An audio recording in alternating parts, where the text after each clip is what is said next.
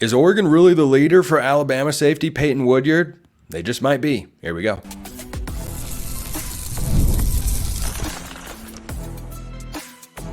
You are Locked On Ducks, your daily podcast on the Oregon Ducks. Part of the Locked On Podcast Network, your team every day. Yes, it is that time once again for Locked On Ducks. I'm your host, Spencer McLaughlin. Thank you so much for making this your first listen or your first view of the day. Part of the Locked On Podcast Network, your team every day, and your number one source to stay up to date with the Ducks, which is why if you have not already, please like, comment, subscribe, rate, and review wherever you listen to or watch this show, which is brought to you by our friends today at Monopoly Go. This fast-paced game lets you team up with friends for tournaments to unlock awesome prizes like unique stickers for trading, cool playing pieces, and hilarious emojis for taunting your friends. Download Monopoly Go now free on Google Play or the App Store. Game on. And we have got our game faces on, because that is Brian Smith, our Locked On Recruiting Insider here at the network, brought to you by our friends at LinkedIn Jobs. Let's hop right into it, Brian. Peyton Woodyard, 2024 recruit for Alabama, commits to Nick Saban, sticks around. Now he's in the transfer portal. Is Oregon really the team to beat for the former four-star? Well, he's got a visit this weekend. He's from California, and he seems to be trending left, meaning the West Coast. So, I mean, unless he's going to go to UCLA or SC, which, you can't rule that out, I would think so. Alabama wanted him. Georgia wanted him. Ohio State, Notre Dame. He had all the offers out of high school, in case you're wondering. And he's a kid that played at a prominent program. So he checks all the boxes. Oregon could use another DB. Seems like a pretty good fit to me. Yeah, I think roster-wise, it can absolutely fit. I am a little bit curious, Brian, because Woodyard is someone who's never played a single solitary snap of competitive, real game action of college football. And there aren't that many guys like that who can step in, make an impact right away, or have a starting role right away, even in a safety room that is relatively thin compared to other position groups for the Ducks. You've looked at Woodyard several times before. Is he someone that is ready to play football in 2024, have a starting or rotation role? Physically, he's bigger, too. Like, he's a 200-pound kid. I think he can, but now it depends on exactly how you're going to use him, because the word safety is an anomaly now, because there's in-the-box safety, there's deep free safety, there's nickel safety. Got to be very specific. I think he's going to be better closer to the line. I don't know what the Ducks want to do or how they would think about using him, but in their nickel package, putting him on the slot, blitzing him, doing things like that, I think he would be good, and I also think he would be good in run support. I don't think he's going to play a lot of man coverage or be your free safety going up against a team like SC. That's probably not how I'd use him, so it just depends on your fit. So that makes it more curious to me that Oregon has been trending so heavily for him, because I think when you look at Oregon's safety room, they have a bigger need for somebody that is over the top, someone that's playing that free safety kind of role, because that nickel spot, look, Nico Reed can play nickel. Brandon Johnson from Duke is coming in to play nickel. That's literally what his position is. They've put some other guys at that spot. Tysheem Johnson, I think is also kind of better down towards the line. Do you think that Woodyard is someone that is leaving Alabama because he wants to go play, because he expects to play in 2024? Almost all kids. This is the new rule. It's okay if I don't start as a freshman. If I'm not starting as a sophomore, I'm leaving. That's the problem with the portal. It's not realistic. There's not enough starting spots for everybody. So, well, he's not even a sophomore. He's a true freshman. Yeah, that's what I mean. It's like it's ridiculous, but Alabama's had so many transfers, I don't really know what's going on there. So I'm going to let that one kind of slide. But he's a California kid in the Deep South, too. There's a lot of weird parts of that. Tuscaloosa is not LA. I can assure you of this. I've been to both places. So I don't know. But like most kids, just if they're not playing right away, they leave. So I still stick by the probably better near the line, at least initially. So I don't know. Maybe Oregon's going to move one of their corners to play free safety part of the time. I don't know. There's a million ways you can do it.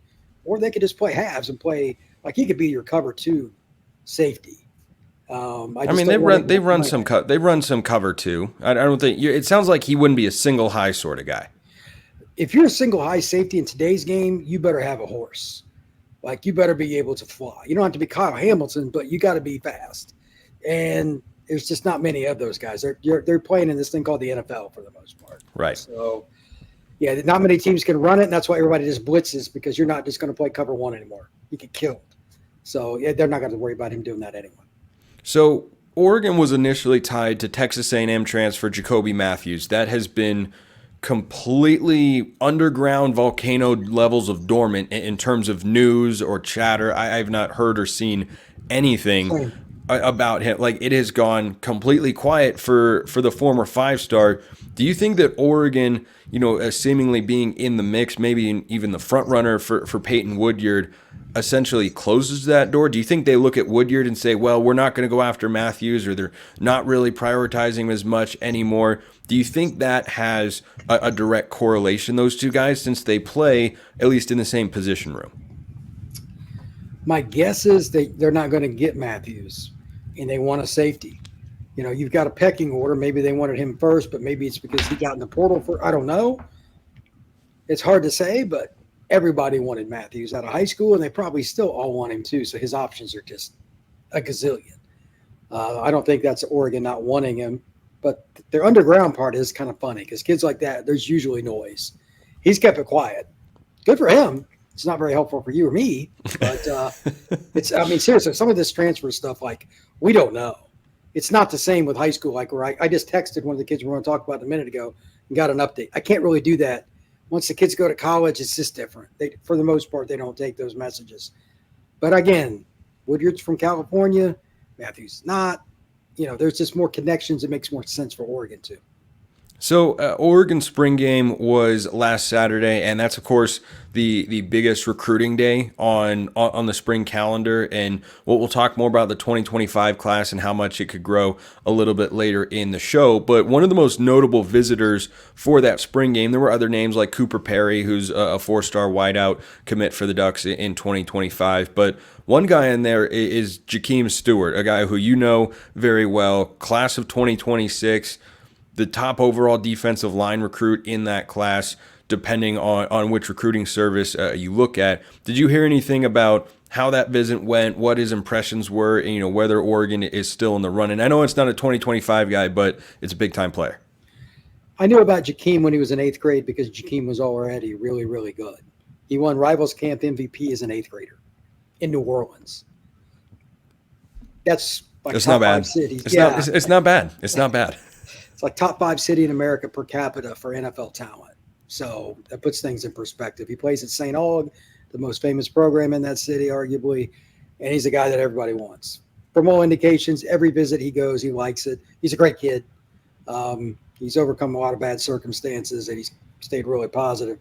And he's just ready to compete. Like, he'll contact people wanting to go to more competitions. He's the kind of guy every coach wants to have, not just talent, but attitude. I haven't heard anything that said he wasn't. I haven't talked to him this week, but Oregon got him to visit all the way from New Orleans. What does that tell you? Like, he can go wherever he wants. Yeah, you're not going to Eugene for funsies. Like, there's got to be a reason.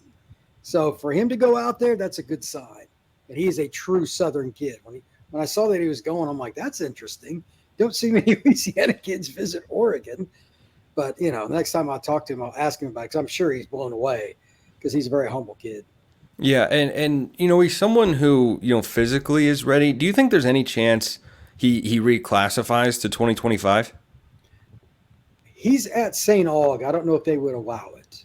He'd have to go outside the box because that's a Catholic school. I doubt it, but it's possible. He'd have to go out and do a bunch of online stuff or whatever.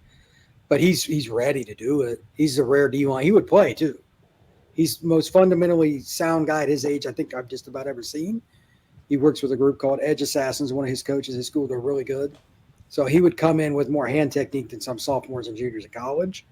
But it's still the 6'5", 260 lean athletic frame that you're looking at. Yeah, no surprise that Dan Lanning, Tosh Lupoy, Tony Tuioti were able to get him on campus there. But there are names in the 2025 class that Oregon fans should be acutely aware of. Before we get to them, though, we're talking eBay Motors. Passion, drive, and patience. The winning formula for championships is also what keeps your ride or die alive. eBay Motors has everything you need to maintain your vehicle and level it up to peak performance. Superchargers, roof racks, exhaust kits, LED headlights, and more. Whether you're into speed, power, or style, eBay Motors has you covered. With over 122 million parts for your number one ride or die, you'll always find exactly what you're looking for. And with eBay Guaranteed Fit, your part is guaranteed to fit your ride every time or your money back. Because with eBay Motors, you're burning rubber, not cash. With all the parts you need at the prices you want, it's easy to make your car the MVP and bring home huge wins. Keep your ride or die alive at ebaymotors.com. Eligible items only. Exclusions apply. eBay Guaranteed Fit only available to U.S. customers. All right, let's reel it back to the 2025 class here, Brian. Couple of names to be wary of, including a decommitment here that might translate into the guy that we're going to talk about first, and that's Zaire Addison, 4-star offensive lineman, class of 2025. Your latest on him as Oregon's gone after him is what? Well, he told me that Clemson is, I'll just look at the text here he sent me, but Clemson is no longer like a school that was in his top group. It was Florida State, Clemson, Penn State, and Oregon. One of the weirdest lists ever. But Zaire's that guy. He kind of beats to his own drum.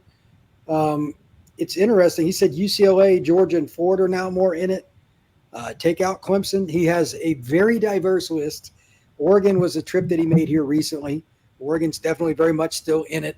And it's a kid that Oregon has prioritized for a long time. He's from just outside of Tampa. Known him very well for quite a while. Pure left tackle candidate and a kid that could play pretty early. What do you like about him, and why do you think Oregon is going after him amidst, plenty of pressure from other schools? He's got offers from 40-plus schools, so he's just that guy. First off, left tackles are rare. Basketball kid coming up, played DN until sophomore year of high school, I believe. He's just got tremendous feet. He's still got a ways to go with technique, but he's gotten so much better in the last year, it's not even funny.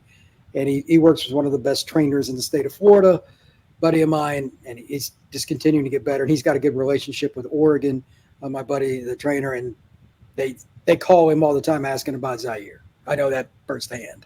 So Oregon's just a trendy school with a lot of kids in Florida for whatever reason. I mean, Dallas Wilson, another Tampa kid, committed. It was right down the road from Zaire Addison. I don't know what it is about Tampa and Oregon. You wouldn't think they'd have much in common, but apparently I'm wrong. And he's told me multiple times he liked him. He had another good visit. They're right in the mix. They very well could hit it.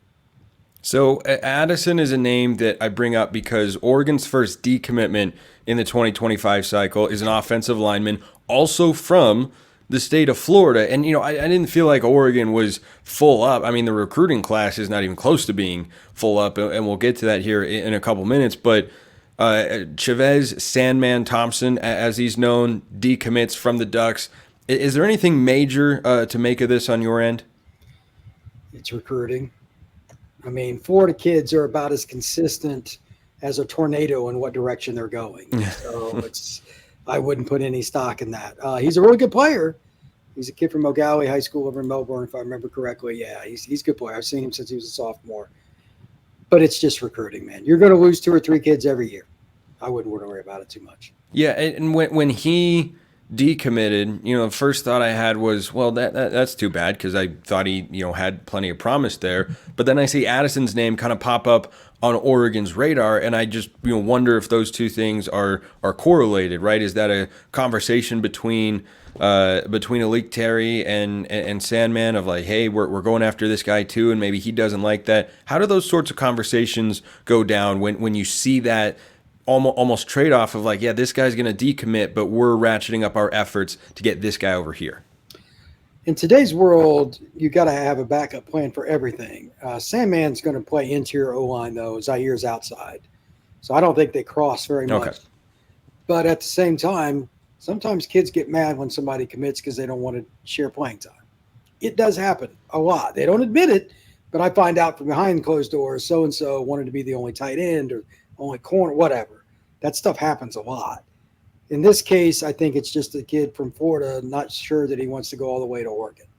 That's, I'm sure the mom's probably not thrilled about the flight, but it is what it is. That's about all. Zaire's kind of a different guy. He beats to his own drum. Distance won't matter to him at all. So I just think that it's just unique recruitments. That's about it. Yeah, and I don't think it's a bad sign or anything, but Oregon's 2025 class is pretty small right now relative to some other classes. No one's class is anywhere close to being complete or anything like that. But a mailbag question came in, and you can always be in the mailbag wherever you're listening to or watching the show. YouTube comments, hit me up on X, formerly known as Twitter. If you want priority access and all sorts of other perks, go join the flock over at Subtext. But this question came in from Nick. So question: what are we to make of the fact that Oregon not only has a small 25 class, but today they also lost the commitment of a second 2025 player because they had a wide receiver decommit previously as well, and they have since added I honestly forgot the name of the kid who decommitted, but they since had Cooper Perry, the 4-star wideout from Arizona, commit on the heels of Rashad Samples coming over from Arizona State. But I look at the recruiting calendar, Brian, and the last couple of years covering Oregon recruiting on this show, most of the class has been built up in, May, certainly a little, but June, July, August has kind of felt like the time where, I don't know, just guesstimating here, 80% of your 2025 recruiting class gets built out. Is that all anyone should make of Oregon's relatively small numbers right now? Yeah, June 20th to June 25th. That's every year it's going to be the same. That's the third weekend has been completed for official visits. Oregon and every other school will get a lot of answers. Most of the kids are going to visit between May 31st and June 21st for their OVs, right after all the kids decide. It's just a big wave. It's a tidal wave. So Oregon's in the same boat as everybody else. Yeah, and I think the class is going to look a lot different than it does right now. You got 6 commits, and only one of them is on the defensive side of the ball. Actually, now it's down to 5 commits with Thompson taking his name off the board there. But you got 3 receivers, a quarterback in Achilles Smith Jr., and an edge in Matthew Johnson, we've talked about here on the show before, who you like. And I mean, that's just not going to sustain itself. I don't think that ratio of players will sustain itself. At some point, I don't know when. We've talked about names on the show before, like Nasir Wyatt out in California, who is an explosive player coming off the edge that Oregon's certainly in the mix for, and there are going to be other names in the class as well. But that ratio of 4 out of your 5 players being on the offensive side of the ball, that's not going to sustain. And at some point, I don't necessarily know when, but at some point, Brian, I'd expect Oregon to go on a run of, hey, you just saw 4 commitments in the last week, and 3 or all 4 of them are on the defensive side of the ball. That's just recruiting right there, too. It's weird how that happens. Sometimes teams will get 4 or 5 in a row on one side of the ball, and you're like, why is that? And I don't think it's anything other than just pot luck one way or the other. I wouldn't put a lot of stock in, especially with Dan and how much he likes recruiting defensive guys. I agree. I don't think that trend will continue all that well. But aside from that, again, all the commitments will take place late May, early June, and you'll see it go back and forth. That's about it. Yeah, and it reminds me a little bit of the NFL draft. There was a run on corners in, I think, the second round. It was like Cooper DeJean came off the board, and then 3 corners were taken right after him. Like that sort of stuff can happen. So to answer your question, Nick, don't put too much stock in there being only 5 commits, because only 5 commits still a top 25 class right now, because everybody else is in the same process where they're very early in the recruiting cycle. Last week was Oregon spring game, and there were a couple guys who I've talked about here on the show before that I want Brian's thoughts on, because I thought they had outstanding games. Before we get to that, we're talking Monopoly Go. Game off. We got to pause here to talk more about Monopoly Go. I know what you're saying. Flag on the play. You already talked about that. There's just so much good stuff in this game. In Monopoly Go, you can team up with your friends for timed tournaments where you work together to build up each other's boards. The more you win together, the more awesome prizes you unlock. And there's so much to get. Unique stickers you can trade with friends to complete albums for big prizes, cool new playing pieces to travel the boards with, hilarious emojis for taunting friends when you smash their buildings or heist their vaults. Plus, Monopoly Go always feels new and exciting every day with constantly changing tournaments and challenges. A ton include their own unique mini games like digging for treasure or a robot pachinko machine. There's always new time events that help you win big, like massive multipliers for everything you win or rent frenzies. There's always something fun to discover on Monopoly Go, so go check it out. Get off the bench, go download it now free on Google Play or the App Store. Game on. All right, let's talk a little spring game film here, Brian, and we'll start with the quarterback position, who I've talked about a couple times this week on the show. Austin Novosad, is an easy guy to have overshadowed in the Oregon quarterback room because Dante Moore came in, and Dante Moore had 5 stars next to his name, and Novosad only had 4 next to his name coming out of high school. But this is a guy who was a highly coveted recruit, was committed to Baylor. Oregon flipped him after Dante Moore flipped to UCLA, and he hadn't played a ton, showed a little bit in the Fiesta Bowl, but he looks bigger to me. He looks like he's got really crisp and precise ball placement. I was really, really impressed with the way he commanded the offense and threw the football. What did you see? I was surprised at his arm strength, and he does look bigger, by the way. But kudos to Oregon and Austin for getting after it in the weight room, figuring it out. Because when I stood next to him at Elite 11 a couple of years ago in LA, I'm like, this kid needs to eat something. He has too much of the Spencer McLaughlin frame. Okay, that's not going to get it right. I'm taking that compliment and running with it to my family. Please continue. Okay, well, I'll do that. But here's the deal. He's a guy that looks like he's filled out the right way. Mm-hmm. And he's a guy that's filled out with his arm strength, with his balance in his frame, like his footwork's even more crisp, that generates more power. And he was confident with his throws. Well, I do like some of them are middle of the field, edge. It's like if you miss on those, it goes the other way. So especially against Oregon secondary, they got guys. He looked pretty good to me. I'm like, Oregon's in a great spot. Now, next spring, they're probably going to lose one of the two. Whoever starts, the other one loses. There's nothing you can do about it. Nothing at all. I know Oregon fans are throwing things to TV. Kids will not stay. But at least you've got multiple options that are good instead of one. That's how I would look at it. And I'm like, okay. I thought he was just as good as Dante. That's better. I mean, that's how I felt as well. I thought Dante Moore got plagued a little bit by a couple of drops, though. I think Novosad had. Yeah, they were a little. Uncharacteristic from Terrence Ferguson. I'm not too worried about that because that's an NFL caliber tight end who has really been known for having some of the best hands on Oregon's team the last couple of years. But the way that I've looked at it, Brian, is if you're thinking ahead to next season and whether or not there will be a legitimate quarterback battle. If what we saw in the spring game is an accurate picture of what the coaches are seeing in practice every day, I just asked myself, what was Dante Moore showing that Novosad wasn't showing?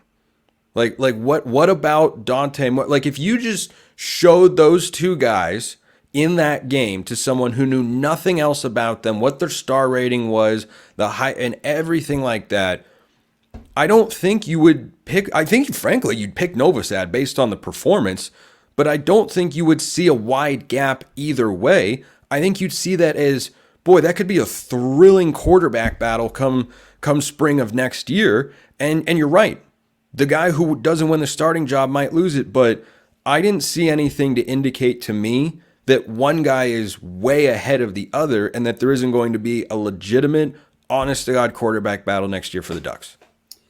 I'll put it to you like this. Everybody's human and has good and bad days. I went to the Atlanta Elite 11 this past weekend, and it was loaded. Guys, 25 and 26 national recruits, arguably the two best players in the country in each class, were there, etc. And one of them is Julian Lewis, who everybody's offered. Mm-hmm. Julian did not play well early on. He was so mad, I stayed away from him because he was like cussing at himself. He just was missing passes. But in the second half of the event, he was lights out. Why? Same player is playing on air. There is no other thing to say other than human error.